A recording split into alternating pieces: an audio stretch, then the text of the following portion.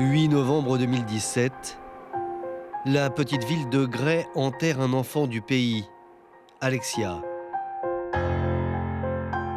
Elle a été étranglée, puis brûlée. Sa mort atroce a choqué toute la région et ému la France entière. Les habitants de Gray sont venus en masse à l'église pour soutenir la famille de la jeune femme, brisée par ce drame terrible. Isabelle, la maman, à droite. Jean-Pierre, le papa, qui tient par l'épaule le mari d'Alexia, Jonathan, totalement effondré par cette épreuve.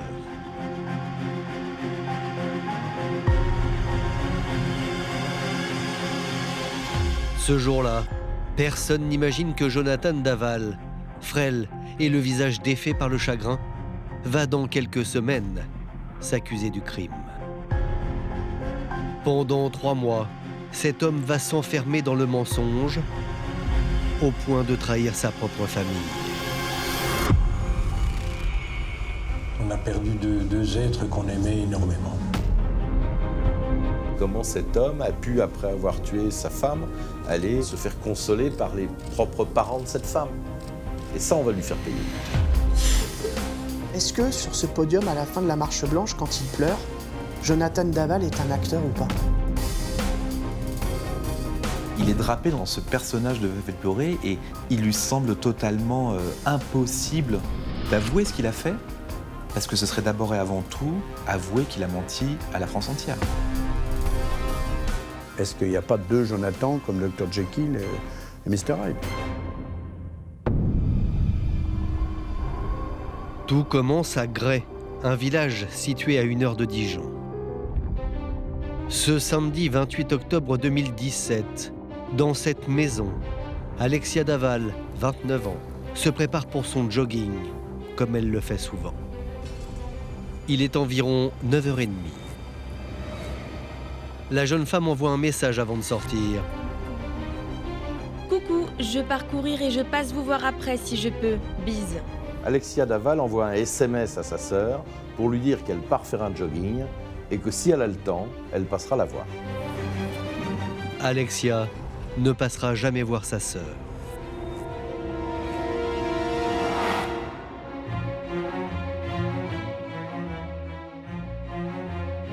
Vers 11h, 2 heures après son départ, Alexia n'est toujours pas rentrée. Son mari, Jonathan Daval, est très inquiet. Il appelle les parents de son épouse. Jonathan fait savoir en fin de matinée à ses beaux-parents que Alexia est partie faire un jogging, qu'il n'a pas de nouvelles, qu'il l'a cherché, qu'il ne l'a pas trouvé. Il commence à être inquiet. Ça fait bien long parce qu'elle est censée être partie courir vers 9h pour une quarantaine de minutes, 1 heure maximum, et que 11h ont sonné et qu'elle n'est pas là. Et que ça ne lui ressemble pas. Midi. Cela fait maintenant 3 heures qu'Alexia a disparu. Pétri d'angoisse, Jonathan se rend à la gendarmerie de Gray, située à quelques kilomètres de son domicile. Quand il se rend chez les gendarmes pour dire « voilà, ma femme est disparue », l'information qu'il donne, c'est à 9h30, elle a décidé de partir faire un footing. Elle est très habituée à ça, c'est une sportive. Jonathan, le mari, raconte qu'Alexia est partie sans argent et sans téléphone. Et cela ne lui ressemble pas. Alors Alexia a-t-elle disparu volontairement ou a-t-elle fait une mauvaise rencontre? Elle s'est évaporée. C'est-à-dire que pour eux, c'est... Voilà, elle est partie, elle n'est pas là, et on ne sait pas pourquoi, et on ne sait pas où. Jonathan Daval raconte aux gendarmes qu'il est d'autant plus inquiet qu'Alexia n'a aucune raison de disparaître. Alexia, c'est une jeune femme pétillante, très jolie, sportive, qui aime la fête. Donc c'est quelqu'un de très très apprécié, de très populaire, comme disent aujourd'hui les ados. Jonathan et Alexia se connaissent depuis le lycée et ils semblent très heureux ensemble. Le couple Daval, c'est un couple papier glacé. C'est un couple jeune, connu de tous à Gray-la-Ville. Ils sont mariés depuis 2 ans, ils sont ensemble depuis 10 ans, ils n'ont pas d'enfants, ils occupent une grande maison qu'ils sont complètement en train de refaire. Une grande maison qui pourrait bien accueillir prochainement un enfant. C'est en tout cas le projet de ce jeune couple à qui tout sourit.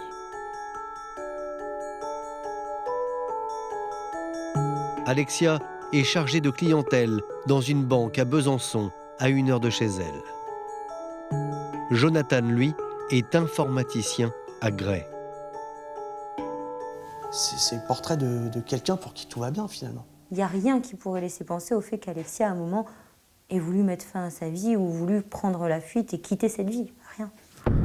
Avec ce portrait si parfait d'Alexia, les gendarmes écartent donc rapidement les pistes du suicide ou de la fugue. On sait qu'elle n'a aucune raison de fuguer puisqu'elle est très proche de ses parents, de son mari et de sa sœur et de son beau-frère. Elle n'a aucune raison de se suicider puisqu'au contraire, elle a un projet de maternité. Donc ça ne peut être qu'inquiétant. Les gendarmes envisagent alors la thèse de l'accident. Après tout, il y a 1001 possibilités qu'il va falloir vérifier. Les gendarmes essayent de savoir où est-ce qu'elle court habituellement, quel parcours elle a pu prendre, notamment pour vérifier les abords du parcours. Peut-être finalement qu'elle s'est tordue la cheville, qu'elle est tombée. Est-ce qu'elle n'aurait pas pu être victime collatérale d'un accident de chasse, une balle perdue? Est-ce qu'elle n'aurait pas pu être renversée par une voiture et puis laissée sur le bas-côté ou je ne sais quoi? On fait un certain nombre de vérifications pour voir s'il lui est rien arrivé et elle est totalement inconnue, elle n'est pas passée à l'hôpital, elle n'est pas passée aux urgences, donc ça ne donne rien.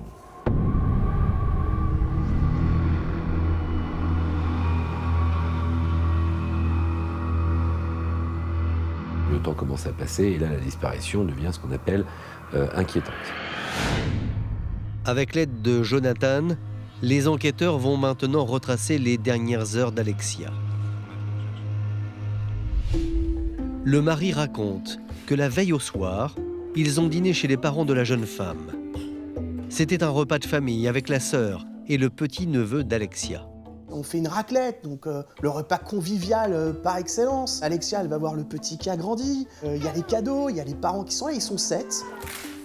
Et ça passe la soirée à discuter, à rigoler, à manger, à boire, à faire les cadeaux avec le petit. Le dîner se termine vers 23h. Alexia et Jonathan rentrent alors chez eux. Jonathan Daval, il explique à ce moment-là qu'ils sont rentrés à la maison, qu'ils ont regardé un petit peu la télé, puis qu'ils ont été se coucher. Et que le lendemain matin, ils sont réveillés à 8h30, 9h, Alexia s'est mise en tenue de jogging et qu'elle est partie courir. Alexia s'est-elle disputée avec son mari à l'issue de cette soirée? Ou alors le lendemain matin, avant le jogging de la jeune femme? Est-ce qu'elle est partie fâchée? Est-ce qu'elle a des ennemis? Est-ce que vous avez... Enfin, tout ce qui est le plus courant. Est-ce que vous avez des dettes? Est-ce que quelqu'un la menace? Est-ce que si? Est-ce que ça? Et la réponse, c'est non. Non, non, non et non. Il dit qu'il n'y a rien de particulier, qu'il ne comprend pas et qu'elle est simplement partie faire son jogging et qu'il n'y a, aucune difficulté particulière à signaler. Donc c'est d'autant plus inquiétant. La disparition d'Alexia inquiète les gendarmes, car elle ressemble à une série de disparitions de joggeuses en France ces dernières années. Nelly, Martine, Natacha, Marie-Christine, Patricia, Marie-Jeanne et Gwendoline. Entre 2007 et 2014, il y a eu 7 femmes comme elle qui sont parties, des joggeuses, et qu'on a retrouvées assassinées. Avec la disparition d'Alexia, les gendarmes craignent donc que le même terrible scénario se soit reproduit. Le procureur de la République de Vesoul met tout en œuvre en termes de recherche, en termes de personnel et en termes de moyens techniques pour retrouver Alexia parce qu'il y a une potentialité qu'elle soit vivante. C'est une course contre la montre. Si dans les heures qui suivent, on n'a pas de nouvelles, on n'a pas d'indices, on s'achemine malheureusement vers une issue dramatique. Le temps presse. Alors le procureur de la République lance un appel à témoins.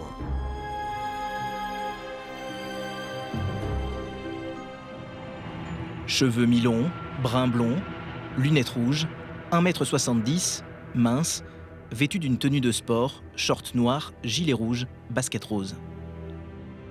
Nous sommes dans une phase où on a besoin de tout témoignage, même une chose insignifiante qui aurait été vue par un habitant de Gray, peut-être important. Le procureur espère récolter de nouveaux témoignages. Et son message est relayé par les parents d'Alexia, qui vont eux aussi, malgré leur désespoir, lancer un appel à l'aide déchirant. Si quelqu'un a des nouvelles, qu'il nous fasse savoir au plus vite, qu'ils alertent la gendarmerie, parce que on voudrait que ça aille vite. On trouve le temps très très long.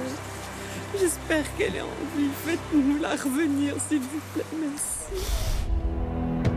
L'appel d'Isabelle Fouillot, la mère d'Alexia, touche les habitants de Gray. Ici, tout le monde connaît la fille d'Isabelle et Jean-Pierre Fouillot.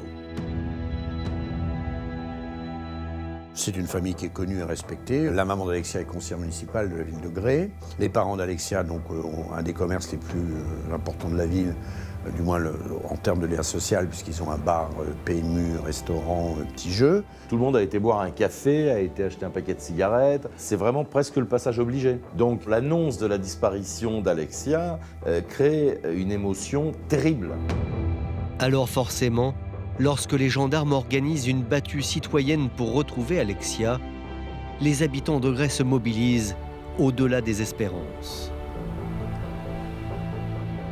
On espère avoir 80 volontaires civils parmi les habitants pour aider à chercher. Il y en a 3 à 4 fois plus qui sont là. Donc les gens se sentent concernés très vite. C'est quelqu'un de chez eux qui a disparu, c'est quelqu'un qu'ils connaissent.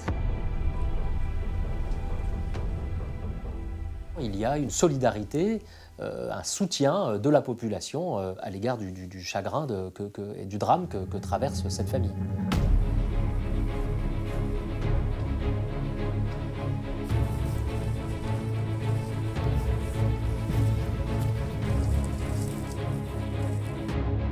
Moi, je suis sur un chemin forestier avec les gendarmes qui coordonnent un petit peu.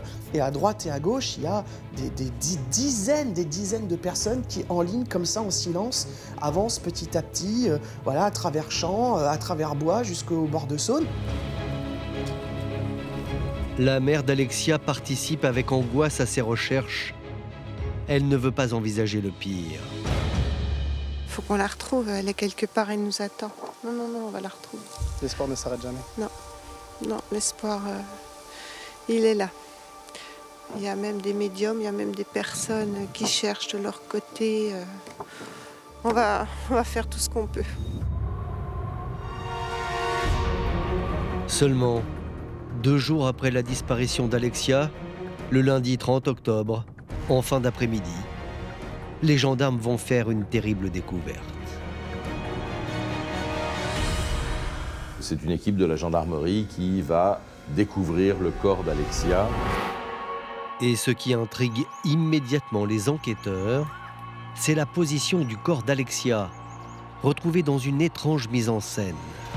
Alors elle est allongée sur le dos, entourée d'un drap blanc. Elle est en tenue de jogging, elle porte également des baskets.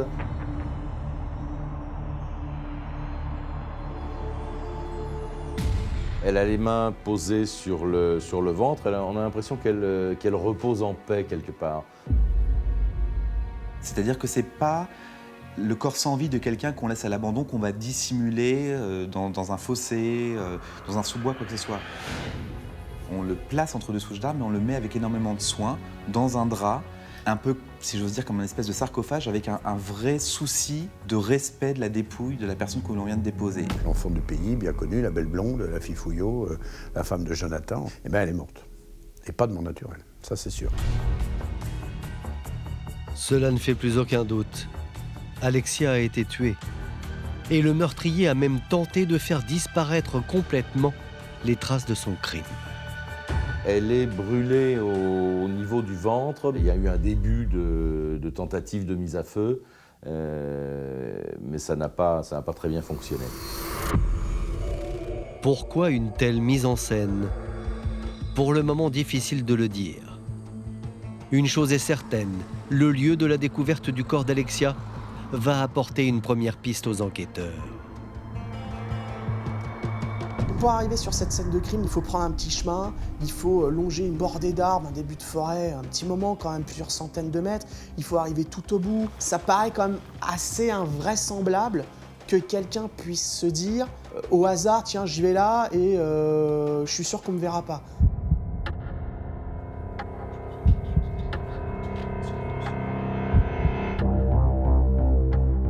On est dans une forêt qui est retirée Et donc on se dit qu'à minima, c'est quelqu'un qui doit connaître quand même Gray et ses alentours. L'assassin est donc de la région. Et cette nouvelle fait l'effet d'une bombe dans le petit village de Gray. J'ai été choquée que ça se passe dans notre ville. Je pensais être en sécurité, puis du coup, on s'aperçoit qu'on ne l'est pas du tout. Moi, j'ai une fille qui court aussi, et ben maintenant, je ne veux plus qu'elle aille toute seule courir, quoi. Oui. On a peur, tant qu'on ne saura pas la vérité. Je me demande qui a fait ça, quoi. Voilà, quoi. Est-ce que c'est quelqu'un du coin, quelqu'un de connaissance Tout le monde se demande. C'est un copain, c'est un voisin, c'est un commerçant, c'est le gars qu'on croise au supermarché. Ça peut être n'importe qui. Et du coup, tout le monde veut savoir, parce que aussi tout le monde a peur. Tout le monde a très très peur. À Gray, à 5000 habitants, ça doit pas arriver pour les gens, une histoire comme ça. L'émotion est tellement forte que d'un même élan spontané, une rose à la main, les habitants se relaient devant la façade du bar des parents d'Alexia pour leur témoigner des signes d'affection et de soutien. Les gens de Gray viennent avec des roses, par dizaines, par centaines. Et ils déposent ces roses. Il y a des nounours, il y a des petits mots. C'est phénoménal. Et c'est à la hauteur, si vous voulez, du traumatisme et de la tristesse des gens. 3 jours après la découverte du cadavre d'Alexia, ses parents et son mari se présentent devant les journalistes pour une courte conférence de presse. L'émotion est à son comble. C'est la maman de la jeune femme qui va s'exprimer au nom de toute la famille. Nous tenons à remercier l'ensemble des personnes qui se sont mobilisées pour nous apporter leur soutien. C'est pourquoi nous avons décidé de rendre hommage à Alexia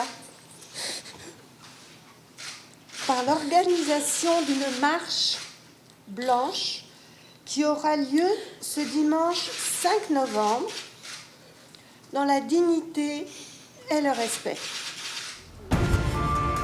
La France entière est émue par le drame de la famille d'Alexia. Des joggeurs de tout le pays organisent des courses qui lui sont dédiées. On est tous là pour rendre hommage à Alexia, en pensant à ses proches. Et très rapidement, on voit des manifestations un peu partout en France de soutien à la famille d'Alexia qui sont assez exceptionnelles. L'élan de solidarité ne s'arrête pas là. Lorsque la famille d'Alexia organise la marche blanche dans la ville de Gray, tout le monde se mobilise pour lui rendre hommage. Toutes les jeunes femmes de sa génération s'identifient à elle, tous les parents s'identifient à ses parents et tous les époux s'identifient aussi à son mari, pour lequel on a beaucoup d'empathie et de compassion.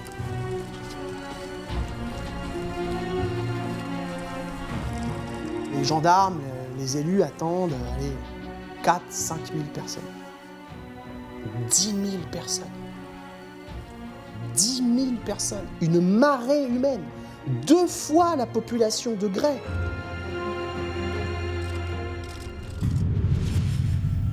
La marche blanche se termine au bout d'1h30. La famille prend alors la parole. Et vous allez découvrir ce qu'à l'époque personne n'avait remarqué. Le mari n'est peut-être pas aussi sincère qu'il n'y paraît.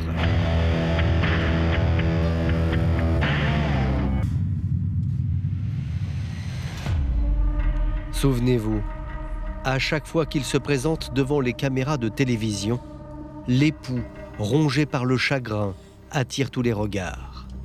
Jonathan est accompagné par son beau-père, qui le guide jusqu'au micro. Il le tient. On a un peu l'impression que s'il le lâche, il va tomber. C'est vraiment l'image frappante de ce jeune homme dont le visage est défiguré par le chagrin, par les larmes, ravagé, il a le visage ravagé.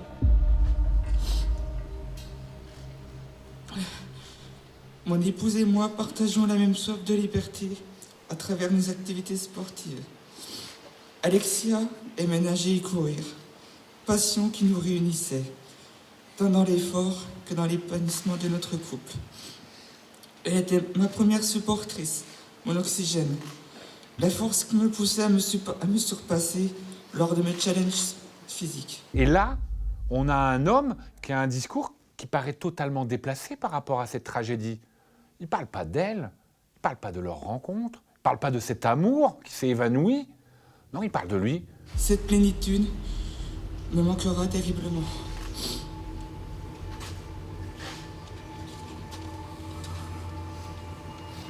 Cette prédominance du jeu par rapport au « elle » veut dire beaucoup de choses. Et c'est vrai que ces mots, que ces phrases, eh bien, ont commencé à interloquer les gendarmes. Évidemment, au moment où il s'exprime devant les habitants du village de Gray, le grand public ne se pose pas de questions. L'attitude de Jonathan va tromper tout le monde. Et lors des obsèques d'Alexia Daval, le père de la victime qui soutient Jonathan ne peut imaginer qu'il a dans ses bras l'assassin de sa fille. Son beau-père était très attaché à lui. On le voit, c'est flagrant, lors des obsèques, il lui tient la main comme on tient la main d'un petit garçon. Le papa d'Alexia dit devant toute l'assistance « Je souhaite à toutes les jeunes femmes présentes qu'elles aient la chance d'avoir un gendre aussi parfait que j'ai la chance d'avoir Jonathan à côté de moi. » Si la famille d'Alexia est aussi proche de Jonathan, c'est qu'ils se connaissent bien. Cela fait 10 ans que l'homme connaissait Alexia. Ils l'ont vu s'épanouir aux côtés de leur fille. C'est des gens très bienveillants. Et ça se voit, ça se sent. Et je pense que vraiment Jonathan a pris une place privilégiée. Jonathan, il a sa famille. Mais il a aussi été, on pourrait le dire, adopté par la famille d'Alexia. Et les parents d'Alexia considèrent Jonathan comme un fils. Vraiment. Jonathan a trouvé dans cette famille une chaleur, mais aussi un fonctionnement assez fermé, un clan dans lequel il a été admis. Alors forcément, avec le drame du meurtre d'Alexia, Jonathan et ses beaux-parents se sont encore plus rapprochés. Ils ont comme consolateur leur gendre, qui depuis la mort d'Alexia a demandé, alors qu'il aurait pu retourner vivre chez ses parents ou chez ses frères ou chez lui, qui a demandé aux parents d'Alexia s'ils pouvaient vivre chez eux, ce qu'ils ont accepté. Ce qui veut dire petit déjeuner, déjeuner, dîner, etc., etc. Il n'a jamais été aussi proche et aimant d'eux, et vice-versa.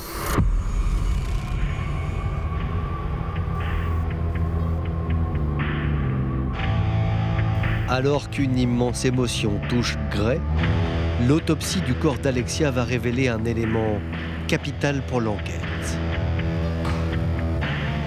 L'autopsie va apprendre deux choses fondamentales aux gendarmes. La première, c'est qu'il y a des traces de coups, de violence, et qu'Alexia a été étranglée. Et qu'il n'y a pas de traces de violence sexuelle. Ça veut dire que ce n'est pas un crime sexuel. Et là, ça ferme énormément de portes. Alexia a été battue puis étranglée, mais elle n'a pas été violée. L'autopsie ferme donc la piste du prédateur sexuel, mais elle ouvre une nouvelle hypothèse, terrifiante celle-ci. Le meurtrier d'Alexia serait un proche. L'expérience démontre que l'étranglement, dans 80% des cas, égale crime passionnel. Et qui dit crime passionnel, dit quelqu'un qui la connaissait. Alexia menait-elle une double vie ? C'est la première chose à laquelle pensent les enquêteurs. Elle n'a eu quasiment aucune histoire amoureuse, puisqu'elle a rencontré Jonathan, je crois qu'ils avaient 16 ou 17 ans l'un l'autre. C'était un flirt qui est devenu sérieux. Donc elle n'a pas d'aventure, elle n'a pas de petits copains, il n'y a pas de dette, donc il n'y a pas de raison, on n'a pas d'ennemis. En interrogeant l'entourage et les amis d'Alexia, les gendarmes vont faire une découverte qui les met sur une nouvelle piste. Ils apprennent qu'un voisin d'Alexia harcelait la jeune femme, déjà depuis plusieurs semaines. Ils ont, à un moment donné, un qu'en dira-t-on qui rappelle l'histoire d'un voisin à qui Alexia plaisait beaucoup, mais elle s'est refusée à lui. Voilà. Et c'est une piste qui doit être exploitée. C'est un jeune garçon qui avait pu lui adresser des SMS, émettre bon nombre d'appels téléphoniques à Alexia et à un moment, on lui avait fait part du fait que ça devenait dérangeant tout cela. Mais très vite, cette piste va être refermée. Ce jeune homme, il est entendu, il a un alibi fort, donc très rapidement, c'est écarté. Les gendarmes, en 2-3 jours, écartent totalement cette hypothèse, elle ne tient pas. Visiblement, ce garçon n'était pas là à ce moment-là, il est à Besançon chez sa mère, enfin, ça correspond pas. Et il n'a pas du tout, a priori, le profil pour brûler un corps, en vouloir à ce point-là à quelqu'un. Encore une fois, pour les gendarmes, voici une piste qui ne donne rien. L'enquête semble s'enliser, alors que des rumeurs fusent dans la petite ville de Gray.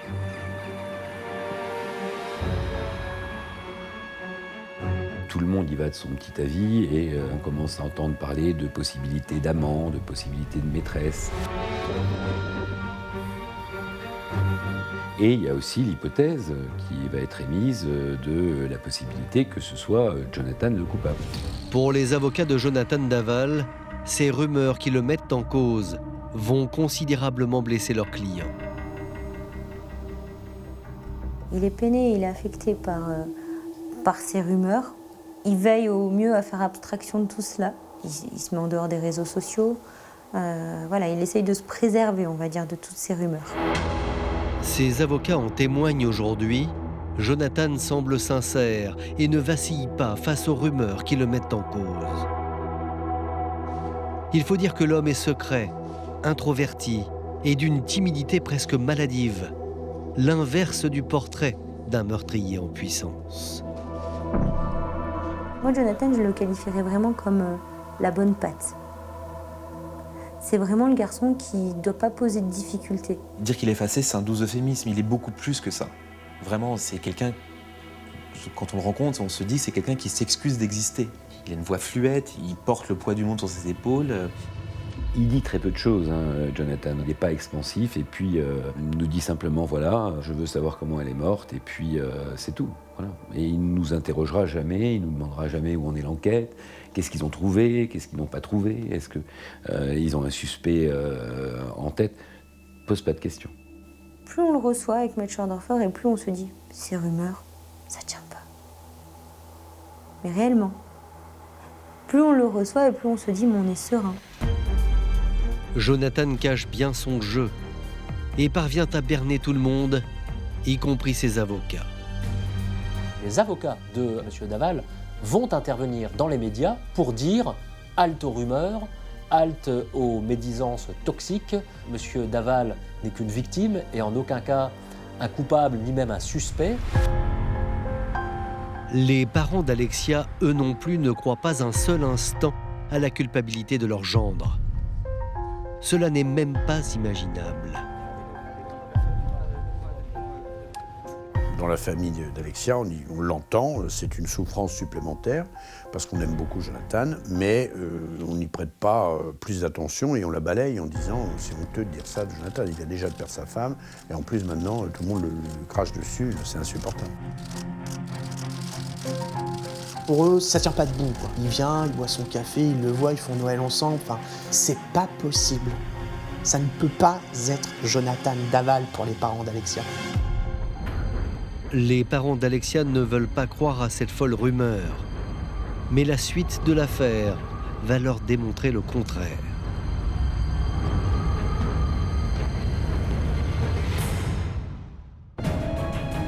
Le 28 janvier 2018, 3 mois jour pour jour après la disparition d'Alexia, l'affaire Daval connaît un coup de théâtre incroyable.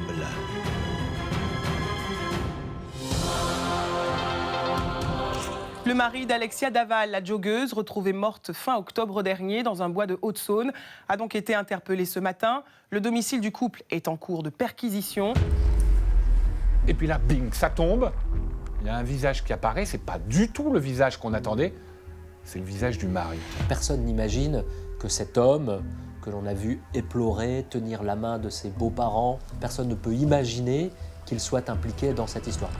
Il y a un effet de sidération quand des millions de gens voient ce visage en disant « c'est juste pas possible ». Alors là, que le mari soit suspecté, j'en suis abasourdie. Parce que c'est quelqu'un qu'on connaît, et puis un séisme aussi autour de la famille. Cette famille qui l'a entouré, donc si vraiment ça s'avérait, c'est... Du côté des parents d'Alexia, on reste serein. L'arrestation de leur gendre ne change rien au soutien qu'ils lui apportent. Comme l'exprime leur avocat le jour de l'interpellation de Jonathan. Aujourd'hui, ils ont la même confiance en leur gendre qu'ils l'avaient avant la mort tragique de leur fille et depuis la mort tragique de leur fille. Ça n'a pas changé. En tant qu'avocat de la famille de Mme Daval, je souhaite que M. Daval ressorte libre de sa garde à vue et qu'il soit lavé de toute rumeur et de tout soupçon. Les avocats de Jonathan Daval, eux non plus, ne croient pas une seule seconde dans la culpabilité de leur client.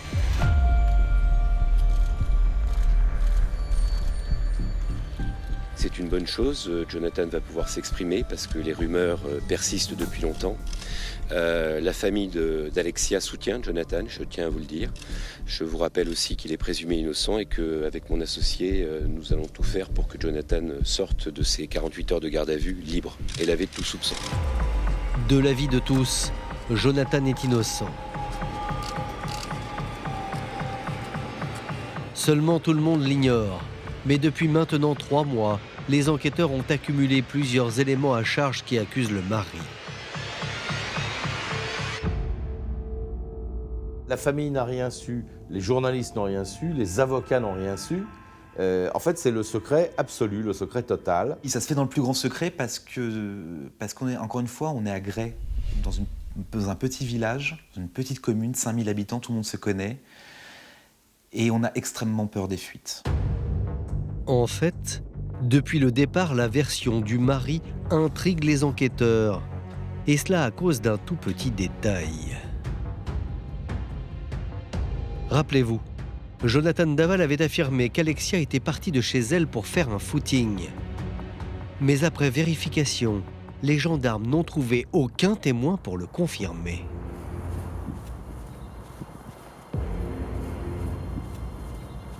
Il est quasiment impossible de quitter le domicile familial pour faire le parcours qu'elle fait habituellement sans croiser un certain nombre de gens.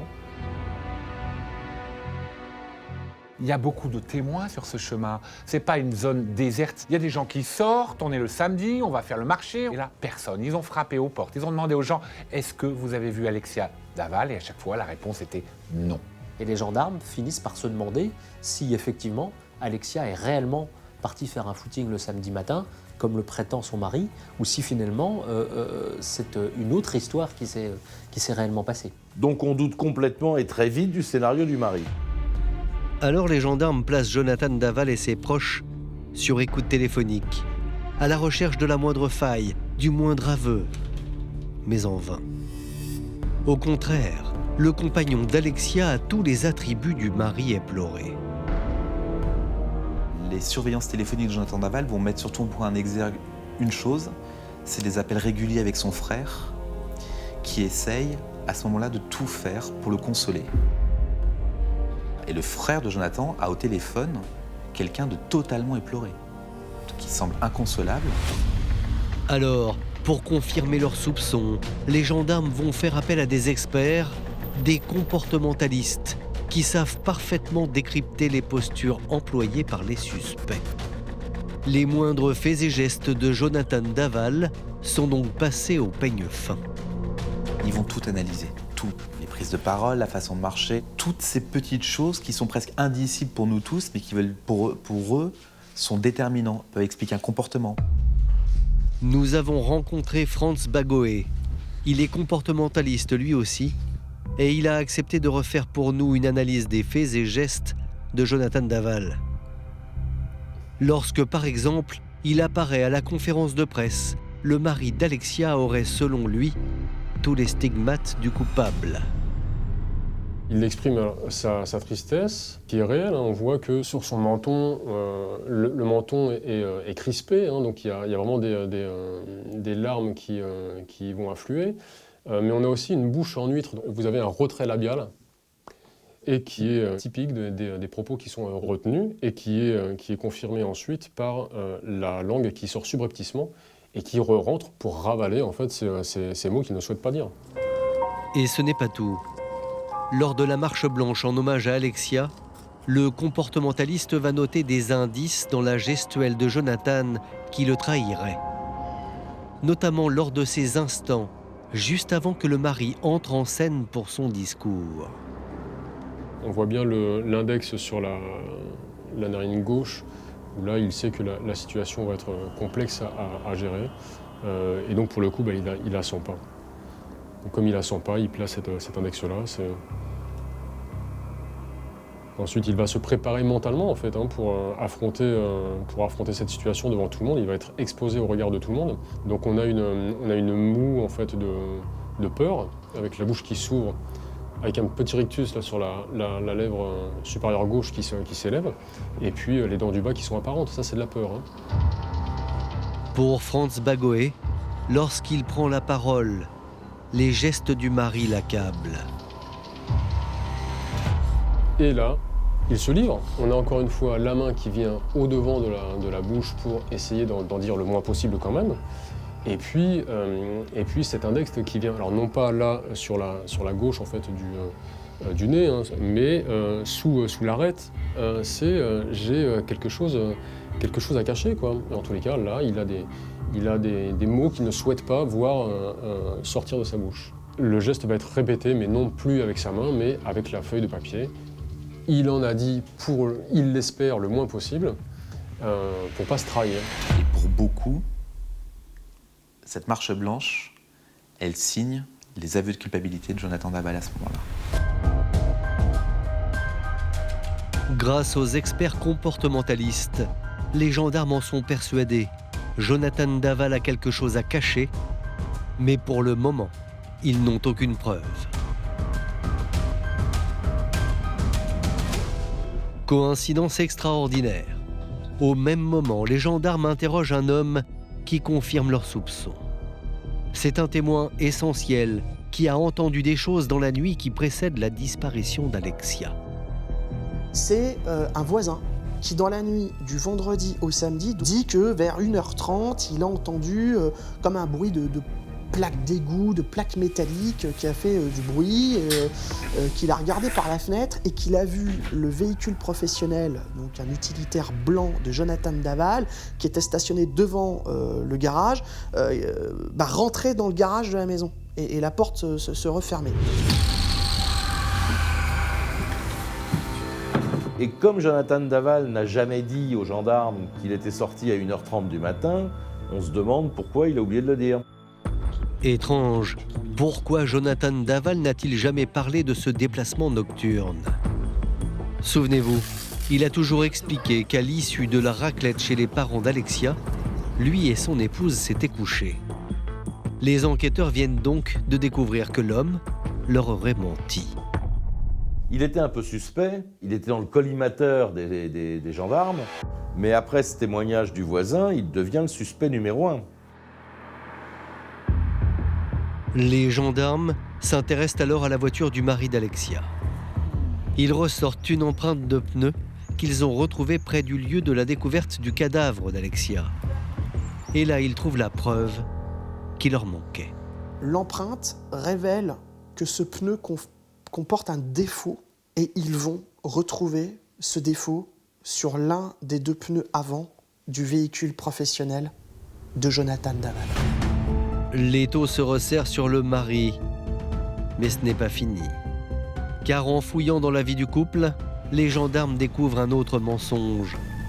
Contrairement à ce qu'affirmait Jonathan, son couple ne filait pas le parfait amour. Au contraire, il était en pleine crise.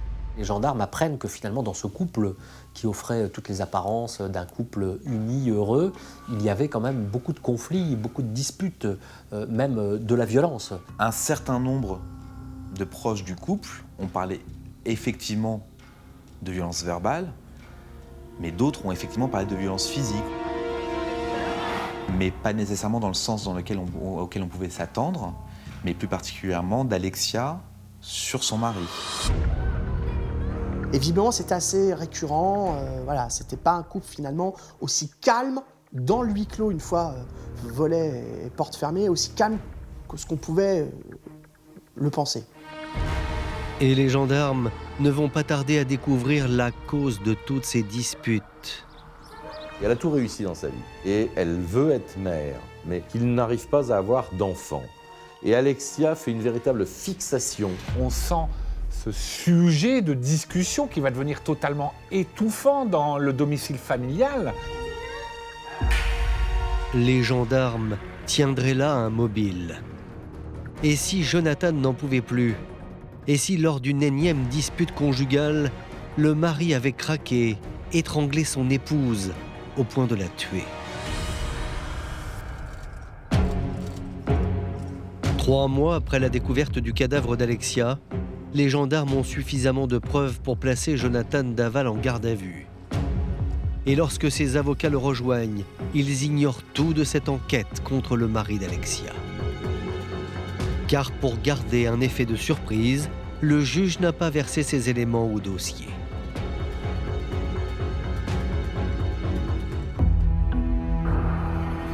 À l'issue de la perquisition au domicile du couple, Jonathan Daval, qui clame son innocence, est interrogé dans les bureaux de la section de recherche de Briançon. Et c'est à ce moment-là que ses avocats découvrent dans la presse nationale les éléments contre leur client. Mon associé me dit « Attention, il y a un problème, on vient de recevoir un article du Point dans lequel on parle d'éléments de preuve accablants contre Jonathan. » Il parle de la voiture de société de Jonathan qui aurait bougé ce soir-là. On parle également des pneus du véhicule de fonction de Jonathan.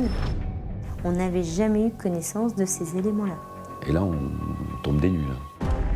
Les gendarmes interrogent alors Jonathan Daval et ils vont l'accabler en lui présentant tous les éléments en leur possession.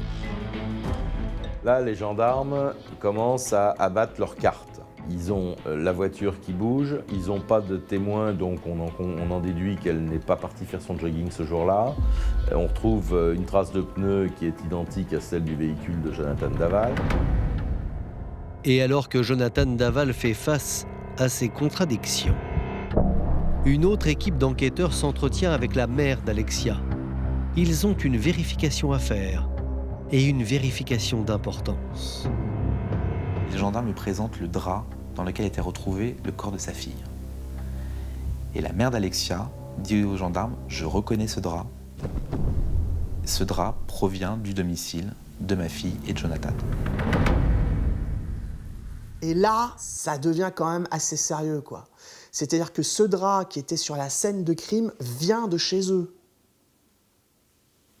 La garde à vue se passe mal. Elle se passe horriblement mal.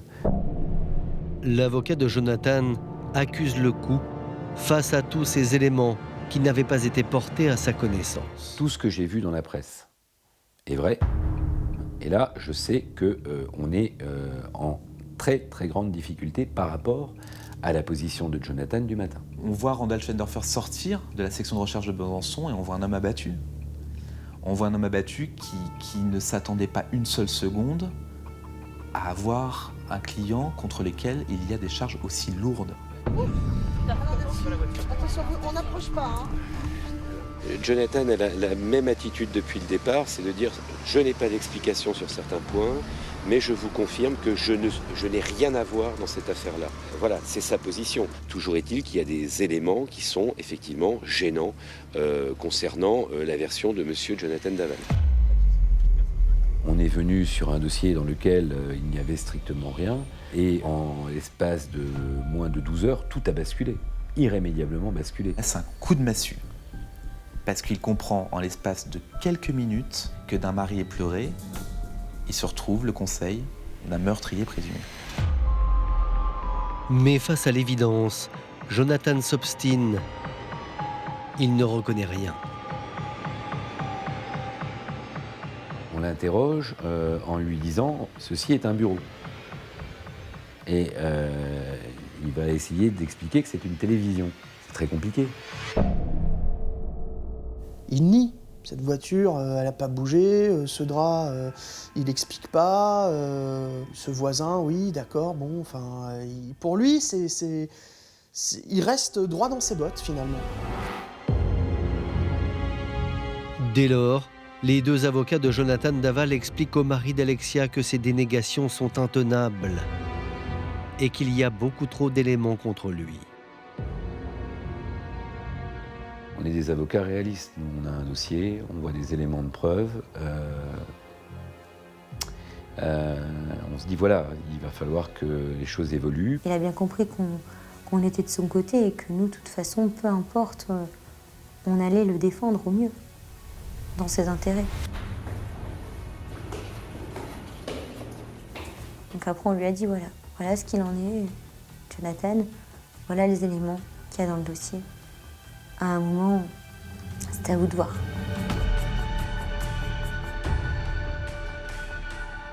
Ce qui nous semble élémentaire, c'est qu'il faut quand même dire la vérité. Il faut que les parents d'Alexia sachent. On ne peut plus mentir. Et c'est ainsi qu'après 1 jour et demi de garde à vue, Jonathan Daval va changer totalement de version. Il revient dans la pièce où il est auditionné par les enquêteurs et il dit aux enquêteurs, je vais vous expliquer. Il fond en larmes et il dit, c'est moi. C'est moi, mais c'est un accident. Et voici ce que Jonathan Daval raconte aux gendarmes. Après la soirée raclette, dans la voiture, le couple se serait disputé sur le chemin du retour. Il dit, on est rentré de la soirée, Alexia s'est mise en tenue décontractée. Et très vite, la dispute repart. Mais là, cette fois-ci, elle est violente. Toujours pour la même histoire, parce qu'elle lui reproche de ne pas être à la hauteur de ses espérances pour avoir un enfant. La dispute est devenue de plus en plus importante, jusqu'au moment où, selon ce qu'il explique, Alexia l'a giflé une fois, puis une deuxième fois, puis plusieurs fois. Lui pète totalement les plombs, je pense qu'il est épuisé, il en peut plus de ses reproches incessants. Et dans un moment qu'il qualifiera d'accidentel, il va l'étrangler.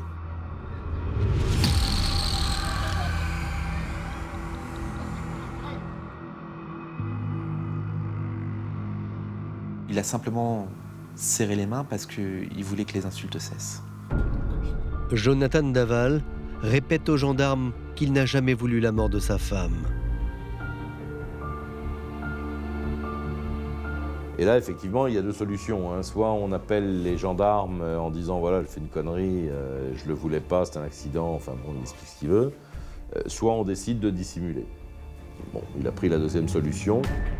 Face à ce terrible geste, Jonathan Daval aurait alors élaboré un plan pour se débarrasser du corps de sa femme et faire croire à une disparition.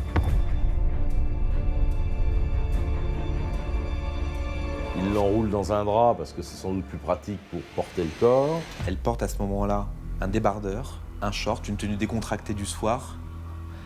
Et il a à ce moment-là l'idée de lui mettre ses chaussures parce qu'il se souvient des meurtres de joggeuses et il se dit peut-être que c'est une façon de faire croire que c'est quelqu'un d'autre qui a fait ce qui s'est passé. Il rentre la voiture dans le garage, il met le corps d'Alexia Daval dans le coffre et il part pour se débarrasser du corps d'Alexia Daval. Il dissimule Alexia dans un bois des Moulins, qui est une commune où il a grandi quand il était plus jeune. Donc il connaît les lieux.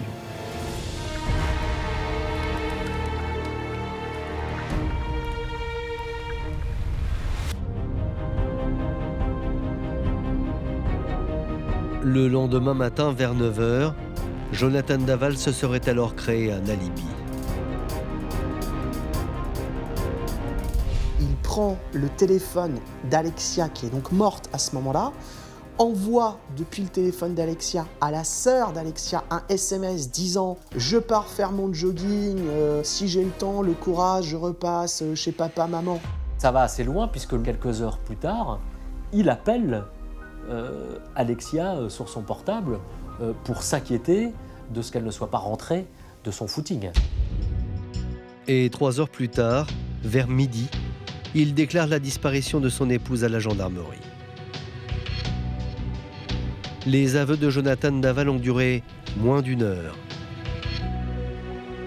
Le mari d'Alexia semble s'être libéré du lourd secret qu'il porte depuis 3 mois. C'est un vrai soulagement. On le sent. On le voit à son attitude. Il se relâche. Sa simple façon de s'exprimer fait qu'on ressent immédiatement qu'il est complètement dans le regret et dans le remords. Quand j'entends certains dire « non mais il pleure sur lui, il a toujours pleuré que sur lui », non. Non, il pleure sur lui, il pleure sur elle, il pleure sur ses beaux-parents, il pleure sur ses parents, il pleure sur leur vie passée, sur leur vie future qui n'existera plus, il pleure sur tout. Seulement, malgré ses aveux, Jonathan Daval ne s'explique pas sur un élément important. Le cadavre d'Alexia a été retrouvé en partie calciné. Et la question suivante des enquêteurs, c'est de se dire qu'est-ce que vous avez fait après? Puisque le corps, on l'a découvert carbonisé, brûlé, eh bien, il va nier la crémation du corps de son épouse. Et là-dessus, il va être catégorique. Il n'a pas tenté d'incendier le corps de son épouse. Jonathan Daval n'en dira pas plus. À l'issue de sa garde à vue, ses 2 avocats se présentent devant la presse. Nous ne défendrons pas un meurtrier, nous ne défendrons pas un assassin. Nous défendrons un jeune garçon qui, dans une crise de couple, a effectivement, de façon accidentelle, occasionné la mort de son épouse. Il est dévasté, il est conscient des conséquences dramatiques pour sa famille, pour la famille d'Alexia, pour qui il a une affection sans limite. Il a eu des mots pour Alexia, des mots d'amour, et nous nous retrouvons face à un drame terrible. Pour la famille d'Alexia, les aveux de Jonathan Daval sont un énorme choc. Après leur fille, ils viennent de perdre celui qu'ils aimaient comme un fils. On a 2 deuils. On a perdu 2 êtres qu'on aimait énormément. Et ça fait mal. Ça, c'est très douloureux pour la famille. De découvrir un Jonathan Daval qu'ils ne connaissaient pas. Je pense qu'au fond d'eux-mêmes, ils seraient soulagés si quelqu'un leur disait c'est finalement pas Jonathan. Ça serait comme la fin d'un cauchemar, vous savez, on se pince, on se dit finalement, on se réveille, c'est pas ça. Mais au-delà de leur douleur, les parents d'Alexia s'indignent et contestent fermement les affirmations de leur gendre concernant le comportement agressif de leur fille.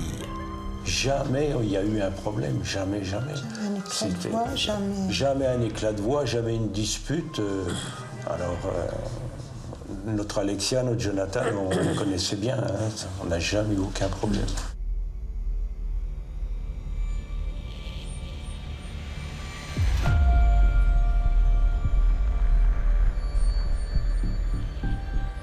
Eux, maintenant, ce qu'ils veulent, ils ne sont pas dans l'esprit de vengeance, vous le savez. Eux, ce qu'ils veulent, c'est savoir, comprendre, des réponses légitimes.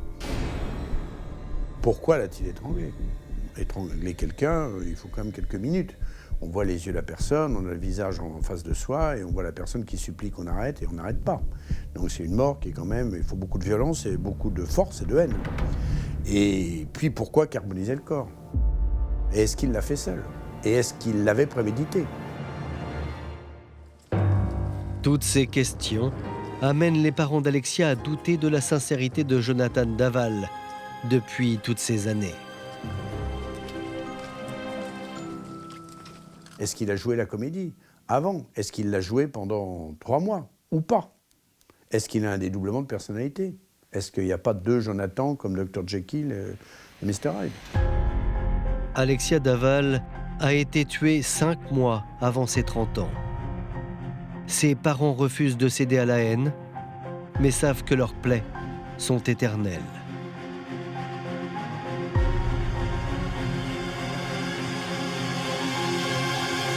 La haine ne changera rien. Oui. Ne nous ramènera pas Alexia. C'est ça le problème. Alexia, qui prenne 20 ans, 25 ans ou 30 ans, Alexia, elle n'est plus là. Alexia, elle me manquera toujours. Voilà.